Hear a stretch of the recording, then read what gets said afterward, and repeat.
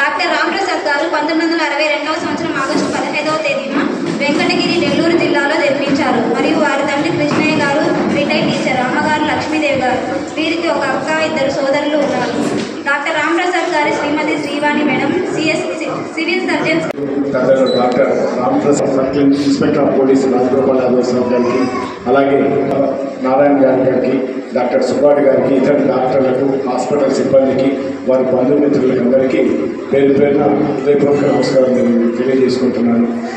చెప్పడం అతిశయోక్తి కాదు, ఎందుకంటే బద్వేలో దాదాపు 30 సంవత్సరాల నుండి సార్ కానీ, అలాగే సార్ వాళ్ళ మిస్సెస్ శ్రీవాణి మేడం గారు కానీ బద్వేల్లో అనేక రకాలుగా అనేక సంవత్సరాలుగా ఎనలేని సేవలు అందించారు. ముఖ్యంగా బద్వేల హాస్పిటల్లో సుదీర్ఘకాలంగా పనిచేశారు. అందులో ఇప్పుడు మనం ఇక్కడ ఉండే బిల్డింగ్ అయితేనేమి, ఇదంతా సార్పేటలోనే జరగడం, సార్పేటలోనే డయాలసిస్ సెంటరు, ఇదంతా వాటిలో భాగంగా మేము కూడా ఈ కార్యక్రమంలో పాల్గొన్నందుకు కూడా మాకు ఎంతో సంతోషంగా ఉంది.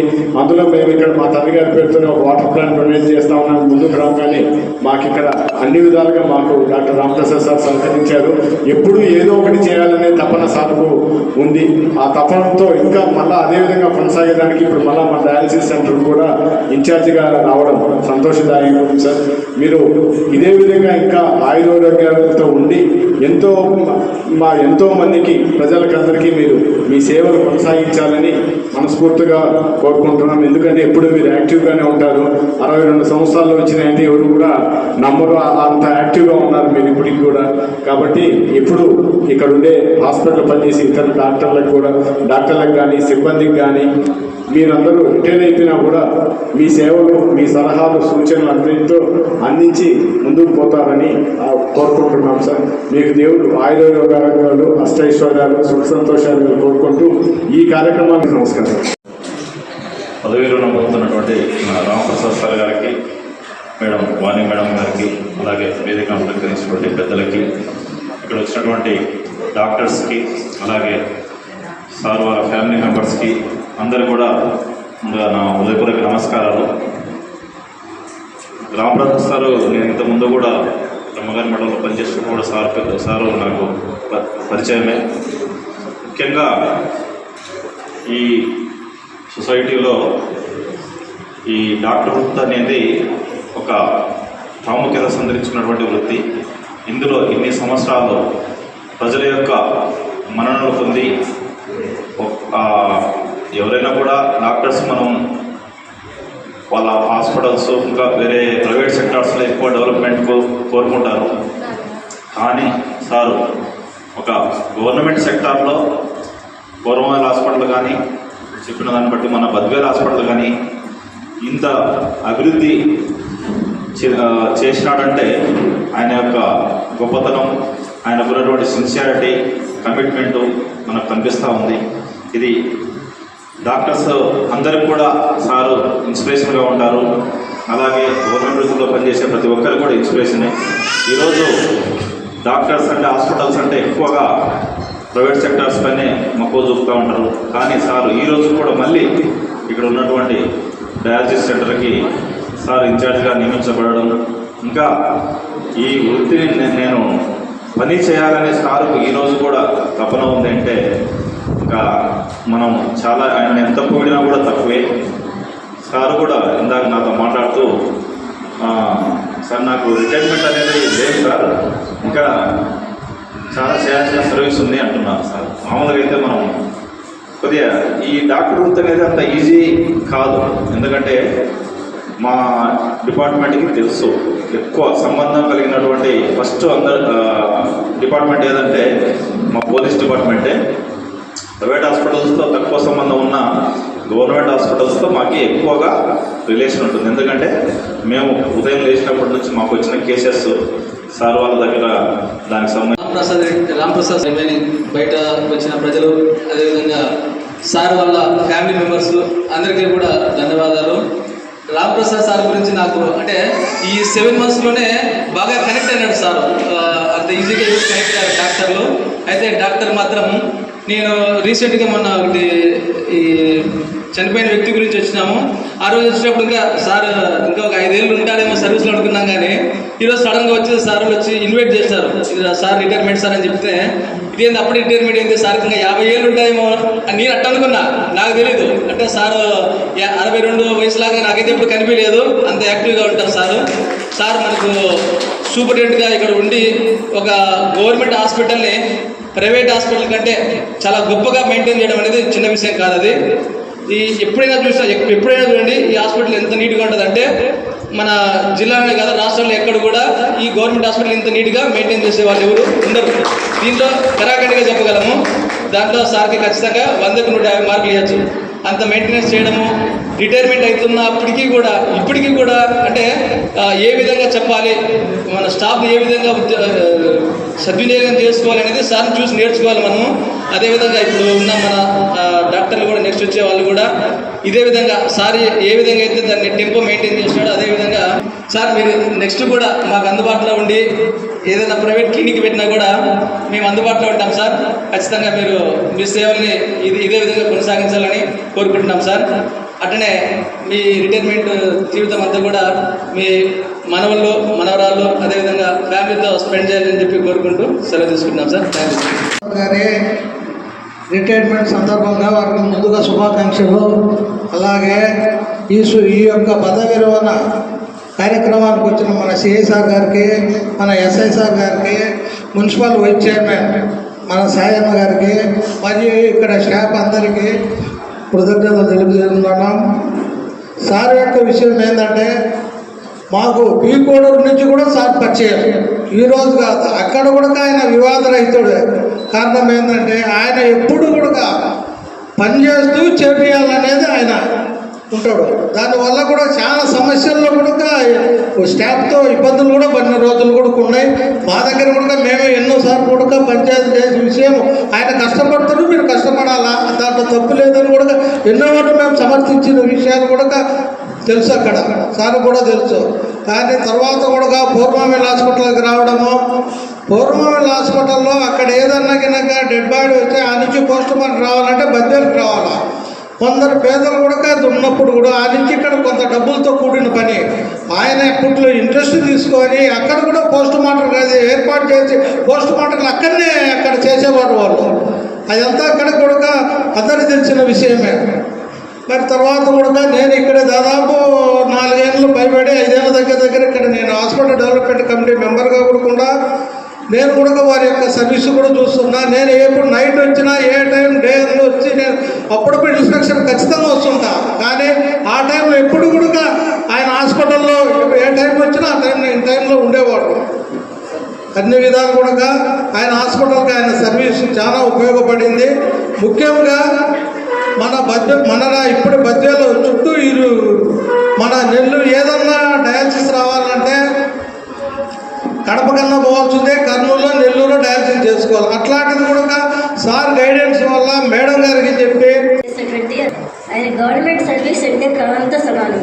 ఆయన ప్రైవేట్ కన్నా గవర్నమెంట్లో చేరాలని చాలా చాలా ఇష్టపడేవాడు. తనకి నాకు ఫస్ట్లో ఉద్యోగం వచ్చింది, గవర్నమెంట్ జాబ్ చేశాను. తనకి జాబ్ లేదు, గవర్నమెంట్ జాబ్. తను డిఎంఎస్ఓ గారి దగ్గరికి వెళ్ళి నేను సర్వీస్ చేస్తానని చెప్పి ఉచితంగా గవర్నమెంట్ ప్రోగ్రామ్స్ అంతా అటెండ్ అయ్యి సక్సెస్ఫుల్గా అప్పుడు కూడా ఏమీ డబ్బులు లేకుండా జీతం లేకుండా తనే ఖర్చు పెట్టుకొని విలేజెస్ అన్నీ తిరిగి మోటివేషన్ చేసి క్యాంపులు నిర్వహించేవాడు. తనకి అంత ఇష్టం తనకి గవర్నమెంట్ సర్వీస్ అంటే. అంతేకాకుండా తనకి ముఖ్యంగా తన జీవితంలో తనకి క్రమశిక్షణ అనేది చాలా ఇష్టం. అంతేకాక సమయపాలన, సమయం అంటే సమయం అంతే, అది ఎటువంటిదైనా కూడా ఆ సమయానికి ఖచ్చితంగా వృత్తిలోనికి ఉద్యోగంలోకి వెళ్ళాలి అనేది. అతనికి కోపం అనేది కొంచెం ఎక్కువే, కానీ కోపం వెనకాల చాలా ప్రేమ ఉంటుంది. అది అందరూ అర్థం చేసుకోలేదు, ఎందుకంటే అందరూ సర్దించడానికి క్రమశిక్షణలో పెట్టడానికి తన కోపం ప్రదర్శించవచ్చు, కానీ దాని వెనకాల ఎంతో ప్రేమ ఉంటుంది తనకి. అది మీరందరూ అర్థం చేసుకొని మీరెవరు కొంచెం ఆలోచిస్తారని భావిస్తున్నాను. అంతేకాదు తను బీకోడంలో తను సర్వీస్ చేస్తాను. ఫస్ట్ టైం సర్వీస్ జాయిన్ అయినప్పుడు సోమవారం రోజు మార్నింగ్ తను డ్యూటీకి వెళ్తే నెక్స్ట్ వీక్ అంతా అక్కడే ఉండి, అక్కడ అసలు సౌకర్యాలు కూడా లేని ప్రదేశంలో క్వార్టర్స్ ఉండేవి, కరెంట్ కూడా లేదు, అక్కడే విలేజ్లోనే ఉండేవాడు. మరి ఆదివారం రోజు ఆఫ్టర్నూన్ వచ్చేవాడు ఇంటికి, అంటే 1 వీక్ అంతా అక్కడే ఉండేవాడు. అసలు ఎవ్వరు, ఎందుకంటే ఎంతోమంది నైట్ టైమ్స్ అక్కడ ఇబ్బంది కలిగితే సరైన బస్ సౌకర్యం ఉండదు, ఎలా చేస్తారు అనేవాడు. ప్రైవేట్లో అంటే అందరూ చేస్తారు, గవర్నమెంట్లో మనము అటువంటి ప్రజలకు సేవ చేయాలనేది ఎంతో నాకు ఇష్టమైన పని అని చెప్పేవాడు. నేను కూడా ఎప్పుడు తన సర్వీస్కి ఎప్పుడు నో అని చెప్పేదాన్ని కాదు. ఆ విధంగా తను నిరంతరం తన 36 ఏళ్ళ సర్వీస్ జీవితంలో గవర్నమెంట్ కోసమే, ఇక్కడ ప్రజల కోసమే, పేద ప్రజల కోసమే అన్నీ చేయాలి అని చాలా తాపత్రయపడేవాడు. ముఖ్యంగా సమయపాలన అంటే చాలా ఇష్టం తనకి. తను ఈ విధంగా రిటైర్డ్ అవుతున్నందుకు కూడా తనకి ఫంక్షన్ కూడా ఇష్టమే లేదు, మైండ్లో సరిగా స్వీకరించలేదు. అయినా కూడా తనకి కన్విన్స్ అయ్యి వచ్చారు. తనకి రిటైర్మెంట్ అంటే లేదు, తన ఆకాశాస్ వరకు సర్వీస్ చేయాలని తన యొక్క అభిప్రాయం. తనకి రిటైర్మెంట్ అనేది ఉండదు. అంటే అందరికీ నా ధన్యవాదాలు. ఆయన గురించి మీకు కొన్ని తెలియని విషయాలు. ఆయన చాలా భోజన ప్రియులు. ఇప్పుడు తగ్గించేసారు, కానీ ఎప్పుడు టైర్డ్ అవ్వడం అనేది మేము ఎప్పుడు చూడము. ఎప్పుడు యాక్టివ్గానే ఉంటారు. ఏ పని మీదైనా ఒకవేళ ఎవరికైనా ఏదైనా ప్రాబ్లం ఉండి లేదా వాళ్ళ పేరెంట్స్ని చూడాలని వెంకటగిరి వరకు వచ్చినా కూడా మళ్ళీ ఈవినింగ్ కల్లా మళ్ళీ ఇంటికి వచ్చేస్తారు, మళ్ళీ నెక్స్ట్ డే డ్యూటీకి అటెండ్ అవుతారు. సో ఇలాంటి ప్లేస్లో వర్క్ చేయడం అనేది అంటే మీకు అందరికీ కూడా తెలుసు, స్కిల్ నాలెడ్జ్ ఉండడమే కాదు, ఇంతమంది స్టాఫ్ని మెయింటైన్ చేయాలి. సో ప్రజలతో రిలేషన్స్ అనేవి మెయింటైన్ చేయాలి, సత్సంబంధాలు ఉండాలి, పొలిటికల్గా చాలా ప్రెషర్స్ ఉంటాయి. సో ఎస్పెషల్లీ పిఎంస్ అవి చేసేటప్పుడు వాటిని తట్టుకొని వాటిని మేనేజ్ చేసే సామర్థ్యం ఉండాలి. సో ఇవన్నీ కూడబలుకుని అన్నీ కూడగట్టుకుని సో తన పదవీ కాలాన్ని 62 years టెన్యూర్ని విజయవంతంగా పూర్తి చేసినందుకు మా బావగారికి అభినందనలు. ఇందుకు గాను మీరందరూ సహకరించినందుకు మీకు కూడా మా ధన్యవాదాలు. సిఏ సార్కి నమస్కారములు, ఎస్ఐ సార్కి నమస్కారములు, సాయి సార్కి నమస్కారములు, నారాయణ సార్కి నమస్కారములు. ఈరోజు ఎందుకు వచ్చామంటే డాక్టర్ రామప్రసాద్ సార్ పదవి విరమణ కార్యక్రమం కోసం వచ్చాము. రామప్రసాద్ సార్ నమస్కారములు, శ్రీవాణి మేడంకి నమస్కారములు.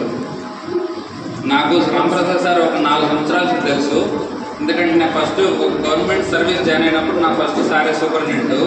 నాకు ఫస్ట్లో వచ్చి కొద్ది రోజులు జాబ్ చేసి మళ్ళీ వెళ్ళిపోయాను. తర్వాత అప్పటి నుంచి నాకు సార్ టచ్లోనే ఉన్నారు. ఎప్పుడు కాల్ చేసినా కానీ ఏమన్నా డౌట్స్ ఉన్నా కానీ మళ్ళీ గవర్నమెంట్ సర్వీస్ గురించి మొత్తం చెప్పేవాళ్ళు, బాగా ఎంకరేజింగ్గా మాట్లాడేవాళ్ళు. మళ్ళీ రీక్వెస్టింగ్ 2 years తర్వాత తెచ్చుకున్నప్పుడు కూడా సార్ అప్పుడు చాలా హెల్ప్ చేశారు. ఎలా చేయాలి సార్ ఏంటి అంటే ఇలా వెళ్ళండి ఇలా అన్నీ మొత్తం నాకు గైడ్లైన్స్ ఇచ్చారు. ఒకటి మనం రిటైర్మెంట్ ఫంక్షన్ చేస్తున్నామంటే సార్ ఈ సర్వీస్కి మాత్రమే రిటైర్మెంట్, అంతేగాని గవర్నమెంట్ సర్వీస్కి ప్రజలకు సర్వీస్ చేయడానికి ఎప్పటికీ సార్ రిటైర్మెంట్ తీసుకోబోరు కూడా. ఎందుకంటే సార్ లైఫ్ లాంగ్ ఏదో ప్రజలు సేవ చేస్తూనే ఉంటారు. కాబట్టి సార్ ఇది మీకు రిటైర్మెంట్ ఫంక్షన్ కాదు సార్, జస్ట్ ఈ పోస్టింగ్ మాత్రం రిటైర్మెంట్. మీరు always on service sir, government service ప్రజల సర్వీస్ చేస్తూనే ఉంటారు, చేయాలి కూడా, మాకు అదే కావాలి. ఇంకొకటి సార్, ఇప్పుడు మామూలుగా మన రిటైర్మెంట్ అంటే సార్ వాళ్ళు సీనియర్లు మనకు అనుభవాలు చెప్పాలి. ఒక్కరం కూడా మనం దీంట్లో ఇబ్బంది పెట్టకూడదు. ఎందుకంటే ఒకటే గుర్తుపెట్టుకోండి, ఒక మనిషి చనిపోయినప్పుడు వాళ్ళ మనం కాదు అని అంటే ఎక్కడికో హింసుకో పొద్దుకో హింసుకో పరిగెత్తుకుని అక్కడ తీర్చుకొని వచ్చేంత దౌర్భాగ్యం నిజంగా ఆ పరిస్థితి మనకుంటే కనుక దాని ఇష్టం మనకు తెలుస్తుంది. నేను పిహెచ్సి సర్వీస్ కానించి డిప్యూటీ డిఎంహెచ్ఓ క్యాడర్ పనిచేశాను. అక్కడి నుంచి సివిల్ సర్జన్గా, డిప్యూటీ సివిల్ సర్జన్గా ఉదయగిరి, కోరుమామిడి వచ్చాను. నేను కోరుమామిడి వచ్చినప్పుడు యాక్చువల్గా ఏమీ లేదు, ఒక 4 రూములు ఉన్నాయి అంతవరకే కోరుమామిడి హాస్పిటల్. సో అలా కాదు, దాన్ని డెవలప్ చేయాలని అప్పుడు ఎమ్మెల్యే గారిని కూడా కాంటాక్ట్ చేసి మీకు ఇది హెల్ప్ కావాలని మేము ఇస్తామండి, నాన్ వేస్ మీరు కోరమామల హాస్పిటల్ని డెవలప్ చేయండి అన్నప్పుడు కమిషనర్ గారిని పిలిపించి దాని పరిస్థితి చూపించి అప్పుడు ఇమ్మీడియట్గా 75 లక్షలు శాంక్షన్ చేయించి దాంతో కోరమామల హాస్పిటల్ కూడా ప్రైమరీగా డెవలప్ చేశారు. అక్కడ ఒక పోస్ట్ మార్టం రూమ్, ఆ కోరమామల కాన్స్టిట్యున్సీలో ఉండే కలసపాడు, కోరమామిళ్ళ, బీకోడు, ఇంకా కాశీనాయన ఇవన్నీ కూడా ఎలాంటి పిఎం కేసెస్ని కూడా పంపించకుండా అక్కడ పోస్ట్ మార్టం స్టార్ట్ చేసింది నేనే.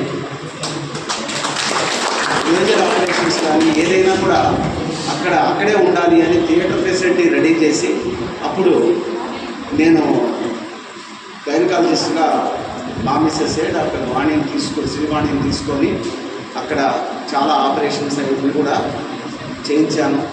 అట్లా దాన్ని డెవలప్ చేశాను కోరమామిలో. ఆ తర్వాత మళ్ళీ బద్వేలుకి వచ్చాను. నేను దీనికంటే ముందు కూడా బద్వేలులో చాలా కాలం పనిచేశాను. అప్పట్లో బద్వేలు హాస్పిటల్లో డాక్టర్స్ లేరు. మీరు ఎవరైనా పాత బద్వేలు టచ్ ఉన్నట్లయితే చాలా కాలం బద్వేల్లో ఒకే ఒక డాక్టర్, ఒకే ఒకరిని నేనే. సో అప్పుడు డాక్టర్స్ ఎక్కడం లేదు, ఒక్కడినే.